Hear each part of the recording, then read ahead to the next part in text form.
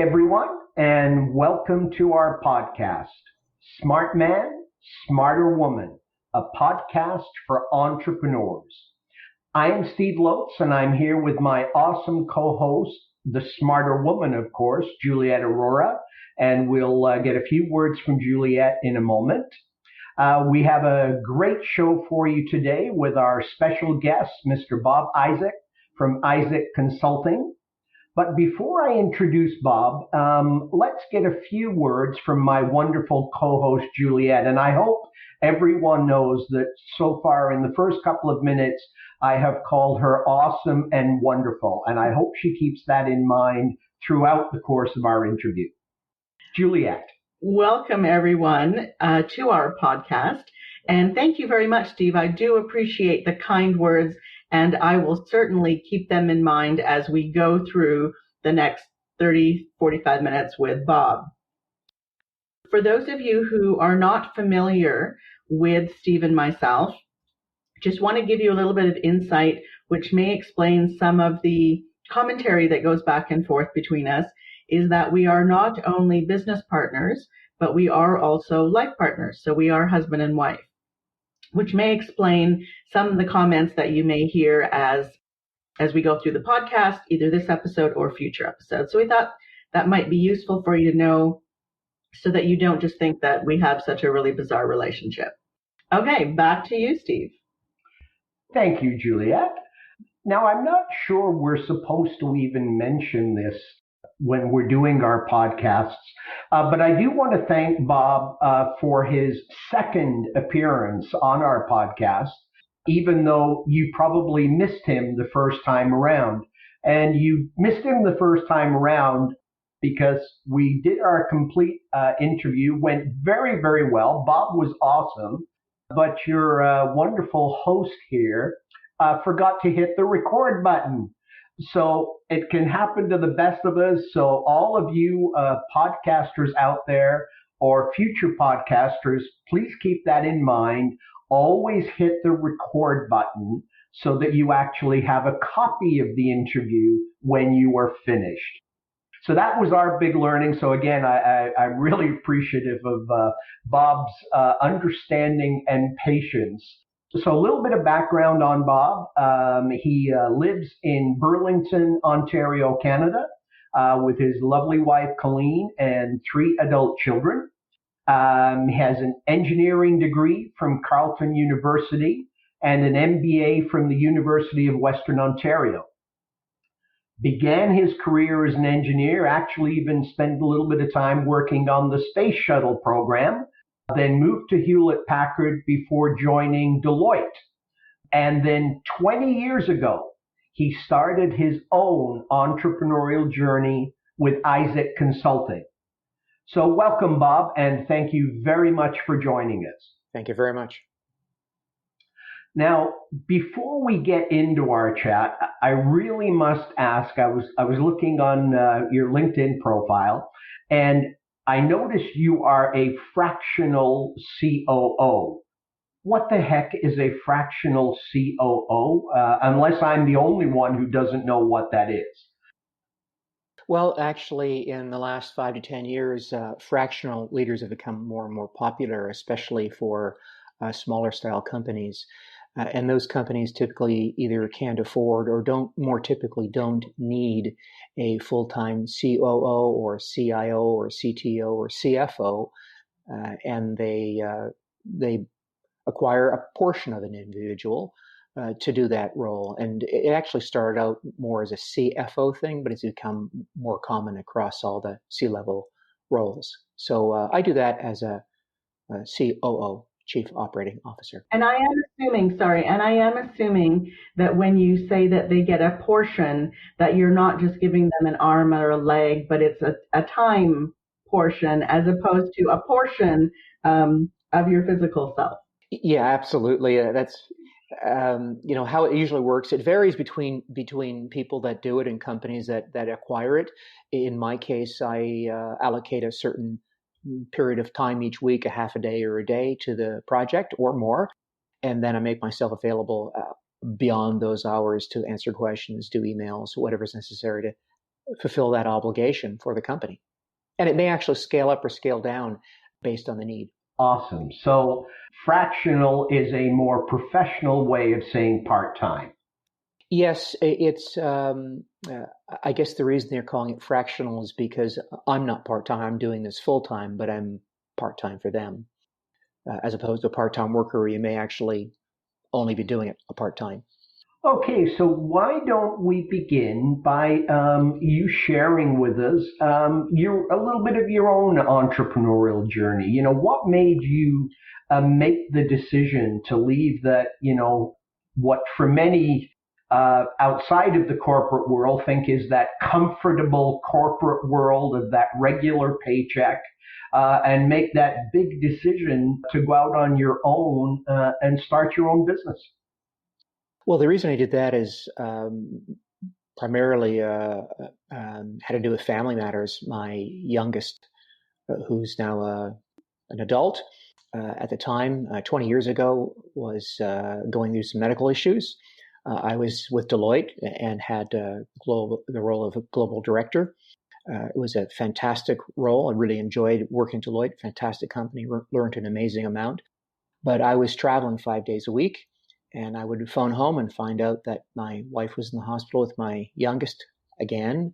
And my mother-in-law was watching our other two, the older two. And I kind of thought this was not a great model for sustained family life. So I decided that I would go out on my own. Didn't really fully understand or grasp maybe what I was going to do, but I knew I had to change my lifestyle a little bit. And I thought I had a pretty good skill set to start consulting around a little different client base, but I sort of leaped off the edge and began it that way.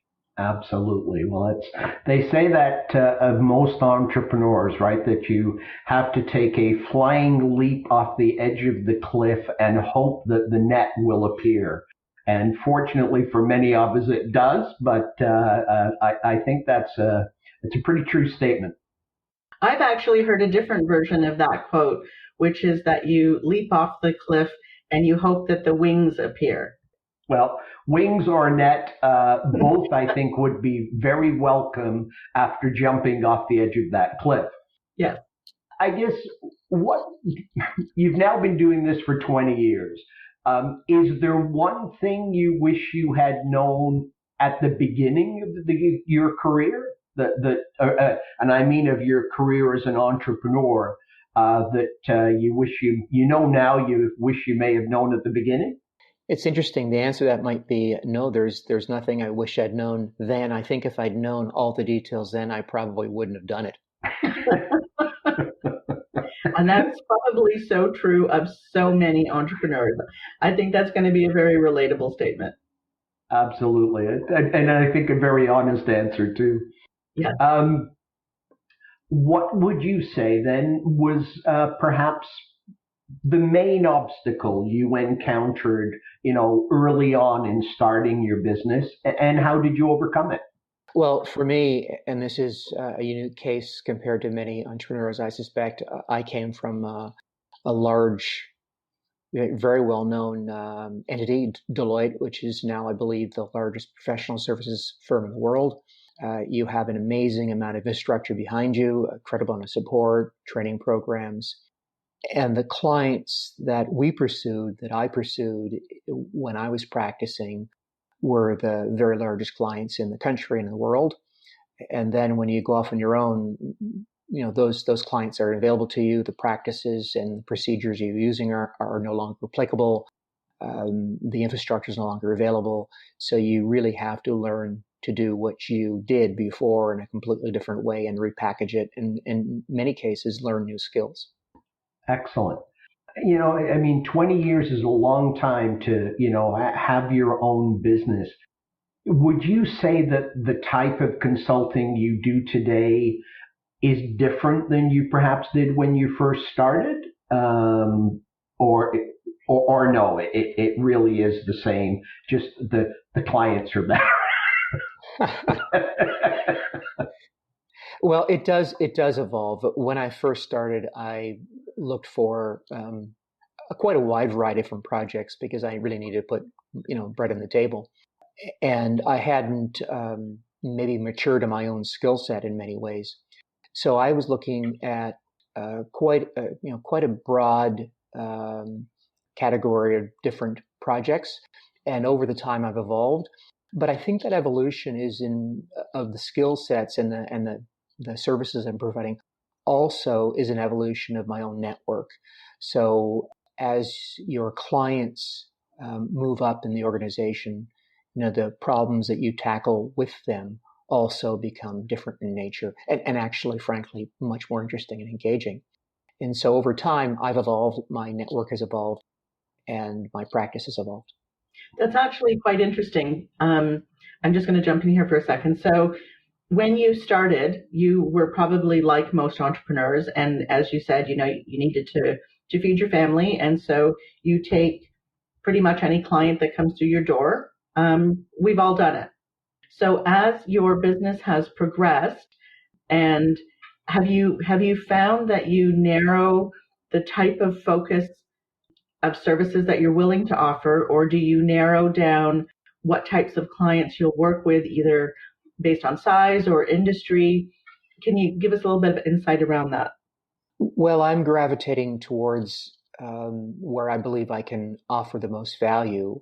What I've found is that what I both enjoy doing and I do, it seems, quite well, and my clients feel they get the most value from is really strategy, strat planning, and facilitation of strat plans with C-level organizations or C-level groups.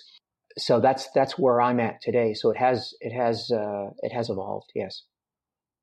I'd like to circle just for a minute back to you mentioned, your network.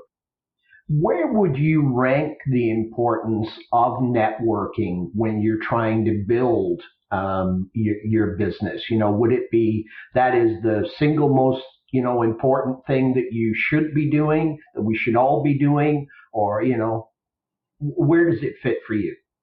Well, they say that any individual who leaves the company he was at and goes off and hangs up his own shingle is good for 2 years of business. He can work his network for 2 years and before it runs out of cash flow. So I think once you've reached the 2-year mark, that you've had to feed your network a bit and grow it. So it is really critical. If you don't nurture that network, you're not going to survive. And whether that's a sole practitioner like myself, or whether that's a larger group or a company, I think that the network, and there's lots of ways of defining what your network might be, is critically important. We will continue with our conversation right after this message from a friend of the show. AIS Solutions is an award-winning cloud accounting firm serving small business across Canada. If you want to move your bookkeeping from the desktops of the dark ages to the cloud and get your financials wherever you are, whenever you want them, then contact AIS Solutions' team of trained professionals today at www.aissolutions.ca. What would be the one thing, if you can narrow it down to one for us, that you absolutely love about what you do right now?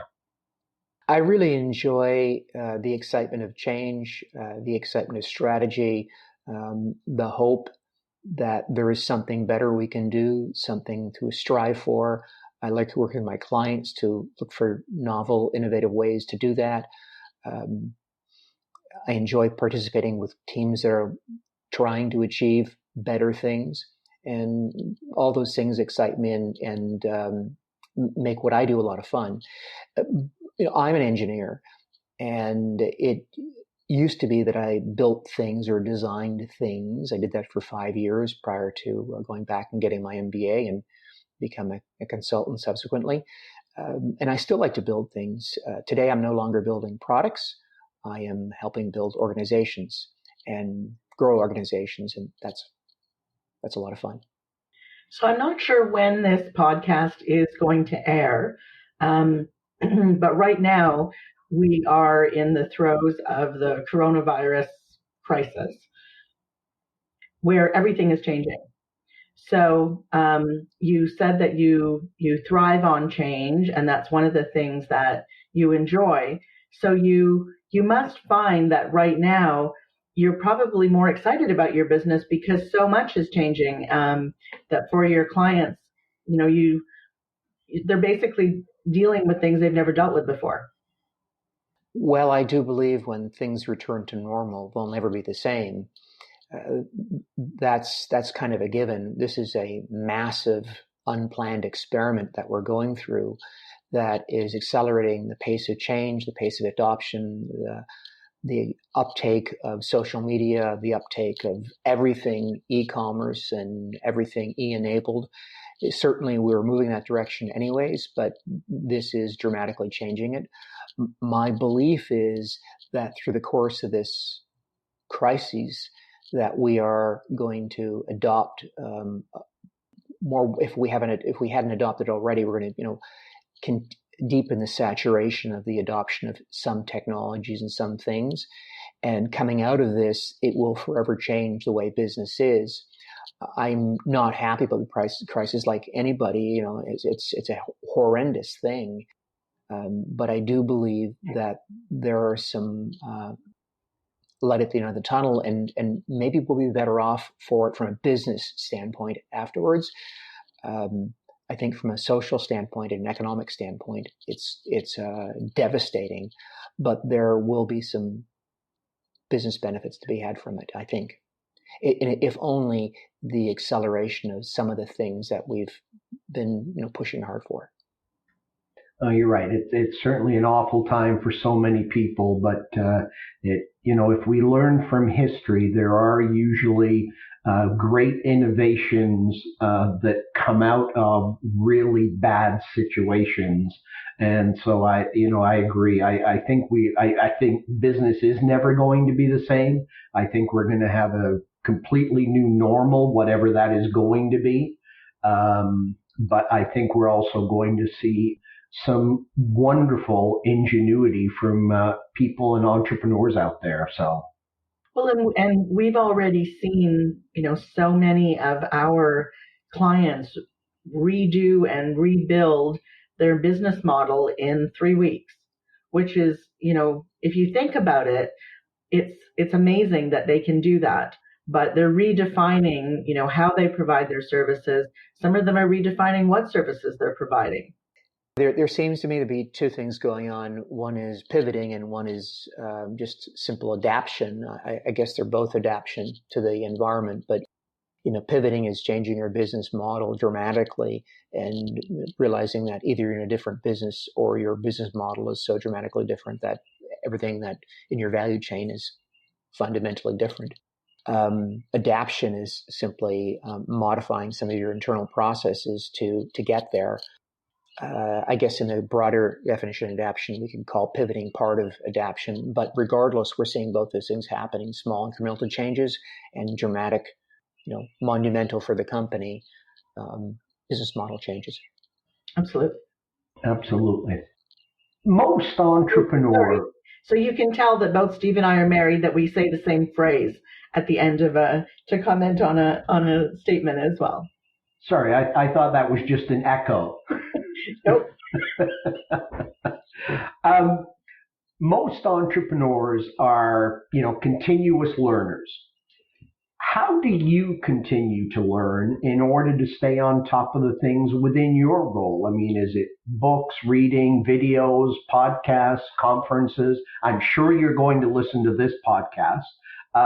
But what are the ways you like to continue learning, Bob? I think there's really two ways. First way is reading pretty much anything you can get your hands on. And I have quite a breadth of interest when it comes to reading, whether it's science or history or biographies or the latest business thinking. I'm a big believer in trying to read a book a week. I think that really helps the mind. Most or many things that I do are the assimilation of different bits of knowledge that I've gathered from reading. So I believe that's a really important thing.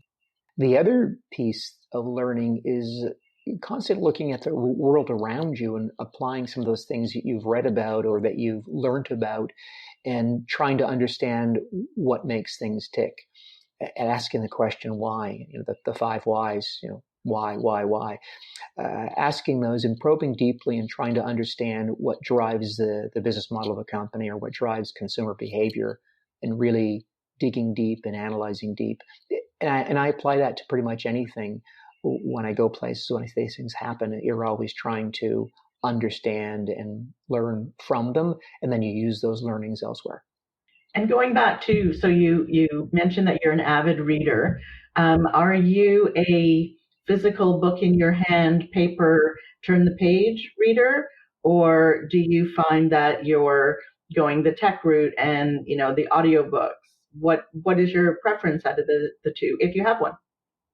Well, it's interesting. The first time we gave this podcast a try, I told you that I was a physical reader.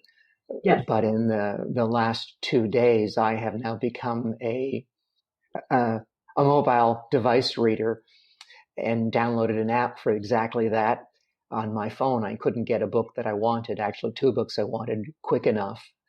I guess that's because of they have other priorities than delivering books. Absolutely. So I couldn't get it quick enough. I wanted it right away.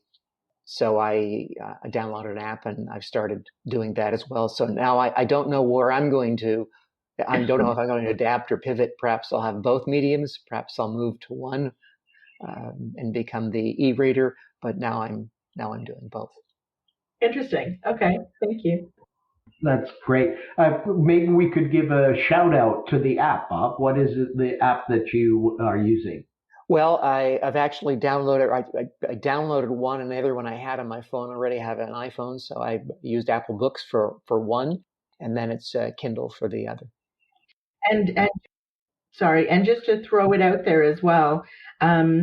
So a lot of libraries, and this is in Canada. I'm sure there's something similar in the U.S.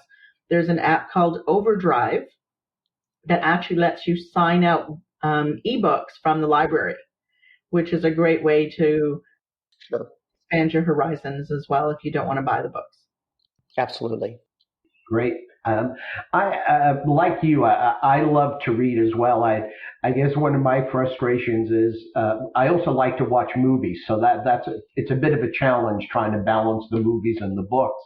But because there are so many books, I found an app that has really helped me.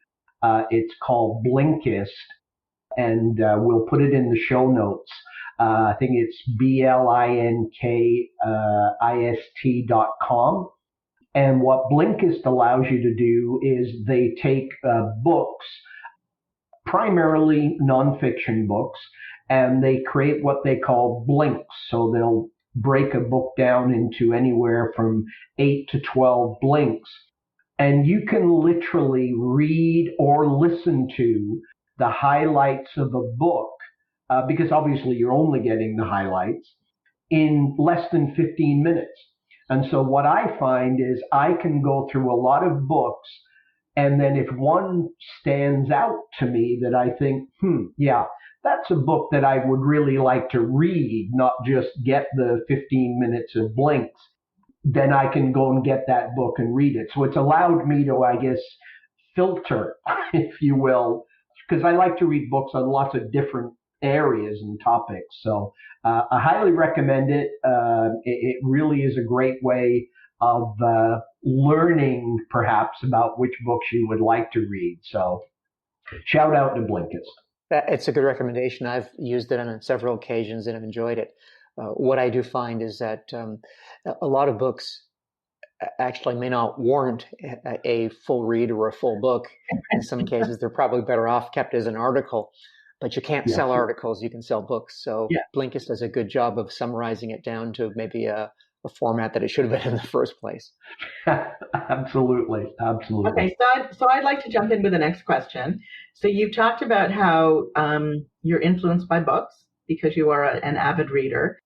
We have seen with most people, especially entrepreneurs, that it's usually a person or maybe even two people who tended to have influenced entrepreneurs in their entrepreneurial journey, whether it's someone that helped them get started or a reason that they started or someone even to help them move through the journey. Can you share with our audience, one person or maybe it was two people who have proved to be influential in your journey? Well, I'm going to comment perhaps on three individuals. The first one was very early in my engineering career. I enjoyed engineering. I was doing software programming. I was working on, I think you mentioned earlier, the space shuttle program, amongst other things. And I looked around the organization I was working for and to see who I really admired and what other roles I might aspire to. And what I found is that some of those people, in particular one, had their MBA. And that drove me to realize maybe I didn't know as much about business as I should. I learned about how things work in engineering, but I didn't realize and understand how business worked. So whether he knows it or not, he encouraged me to go back and get my MBA. So that was one individual, and that was a boss of mine at an engineering company I worked with. Later on in my career as a consultant, one of the partners pulled me aside and gave me a little bit of a rap on the knuckles. I hadn't done a great job at a client site. And I know the reason I hadn't. When I was working Deloitte, my billing rate was quite high, and as the nature of that industry, I felt compelled to deliver as much value as quickly as possible. And so in one situation, I felt I knew the answer, and in a matter of a few days, and the project was meant to be considerably longer, I jumped out and said, here's what you need to do, and was quite adamant about it, and trying to deliver value as quickly as possible. The partner pulled me aside later and said, it's not about the answer, it's about the process. And that really is what consulting is about. And what many things are about is not just getting at the right answer, but making sure that everyone gets at the right answer, arrives at the right answer at the right time, and they feel ownership of that answer. So he really influenced the way I practice consulting and the way I work with individuals quite dramatically. The third individual was a boss of mine who just helped me and nurtured me through the course of my career. And to a degree that now I try to do the same thing with people, young people, when I see them trying to figure out where they want to go, I try to treat them like he treated me. Excellent. That is great. Outside of your career, your family life, what are you passionate about? I'm passionate about fitness. I love cycling. I love CrossFit, downhill skiing. So quite a wide variety of sports. I find they're a nice complement to what I do. So much of what I do is a cerebral. You're sitting and thinking and not getting a lot of physical activity. So what I really enjoy is complementing that with something that's a little more taxing physically. Well, it was interesting. You told us the other day that you actually have cycled or cycle fairly regularly on a velodrome, which I've never heard of anybody that's ever done other than on the Olympics where I've watched it. Yeah, that's true. I have done some velodrome cycling. In Burlington here, we are lucky enough to have access to the velodrome in Milton, which was built for, I believe, for the Pan Am Games a few years ago. And a fantastic track, a lot of fun, high speed. My son got me into that. He's a cyclist as well. So I've done that and thoroughly enjoy the speed and acceleration of that particular endeavor.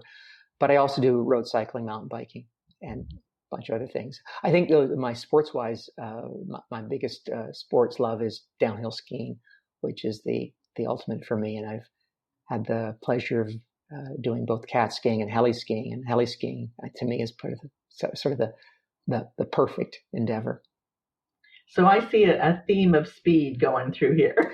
Yeah, that's probably true. I do like speed, and the last interview we did together, you asked me what I didn't like or what was I less engaged in or less interested in. And I've given that a lot of thought, and stagnation is one of them. Not moving forward and not moving quickly, I find are kind of frustrating. So I do like speed, and I love clients who want to move quickly. Have you ever tried Ziplining? I've not tried that, no. Okay, so that'll be next. In fact, a friend of mine, he is an expert witness for zipline accidents. And to some degree, he has discouraged me from ziplining, although he zips lines and loves it. So go figure. When we're off air, I'll share with you my ziplining story when we were in Costa Rica. But anyway, let's move on. I'd like to change gears a little bit here in the last few minutes that we have together. And I might be dating myself here a little with a reference to James Lipton, an actor's studio. And that it used to be many years ago one of my favorite shows on TV. And really my favorite part of the show was at the end, with every guest, he had a series of questions that he always asked.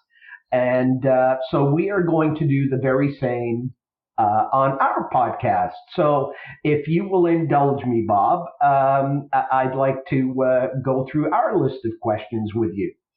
Okay. The first one is, in one word, what best defines an entrepreneur? Ambition. What profession other than your own would you like to attempt? Well, I want to be qualified, but surgery fascinates me. What profession would you not like to do? Anything that requires a lot of stagnation, I think. Okay, so there is a theme there of stagnation. Okay, I think we got that. Yes. Yes. Absolutely. What sound or noise do you love? I love the sound of the exhaust of a nice car, and that's going away. I'm a big fan, by the way, of e-cars and the future of e-cars, and I believe that's absolutely the electric cars is absolutely the way to go. But in the meantime, I do love the sound of exhaust. And that's actually funny. So Steve also does. That's also, I'm not going to say it's his favorite sound, but when he got his new car, we actually have a video of him in the car revving it, and I'm videotaping the sound of it. So that's a certainly relatable. I don't recall doing anything that silly. No, not at all. Yeah. Okay. No, I agree with you, Bob. I think obviously the future of racing, I think, is the e-cars, and I think it's awesome. But I also very much enjoy F1, and part of it is the actual physical experience of the sound. So I'll actually, since I is thinking about that question, actually, maybe more than just exhaust of a sports car. The sound of a helicopter taking off after it leaves you on the mountain is probably better than that. It has both the excitement for the helicopter, but the excitement of what's about to happen, which is you're skiing down the mountain. So maybe I'll upgrade that to the sound of a departing helicopter. Okay. Yes, you are allowed to change. At least you can change until we get to the next question. Okay. Then you have to stay with what you have. Next question. I'd like to come back to books for a moment. Yes. If there was one book that you would recommend for entrepreneurs, what would that book be? The one closest to you. Read everything you can. When your own entrepreneurial journey is completed, what do you hope your legacy is? I'd like people to say that he did something good for the world. Excellent. Well, that is the end of the formal part or informal part or whatever we're going to call this of our interview. Before we leave, where can listeners connect with you, Bob? Online, offline, what's the best way? And I think I should probably perhaps spell your last name for the audience? Because I'm sure you've had occasion over your lifetime to have to spell it for people. It is Bob Izsak, but it is IZZ for our friends south of the border, SAK. What is the best way they can contact you, Bob? Either on LinkedIn or at my website, Izsak, IZSAK, consulting.com. And before we get to my quote and closing, Juliet, do you have anything you'd like to add? I'd hate to finish this with you thinking there was something you needed to say before we left. I never have anything to say. Never. No, it's been a great conversation. Thank you so much, Bob, and thank you for indulging us on having to do this a second time. Steve did change up the question, so it wasn't going to be something that you'd already talked about, but we appreciate you doing it a second time with us. Thank you. You're absolutely welcome. Thank you. And for those of you who do know me, you know I'm a big lover of quotes, and so we will always finish with a quote. And so the quote for this episode: "You cannot swim for the new horizons until you have the courage to lose sight of the shore." William Faulkner. I think that is very appropriate for entrepreneurs. So again, in closing, thank you very much, Bob. Really enjoyed our time together. And again, thank you for your understanding. Thank you to my awesome co-host. Apologies if I've already used the word awesome, but my awesome co-host, Juliet, of course, the smarter woman. And thank you to you for tuning in and giving us a listen. Hope you found some value, and hope you'll tune in again. So until next time, take good care of yourself and those that you love. Talk to you later. Bye for now.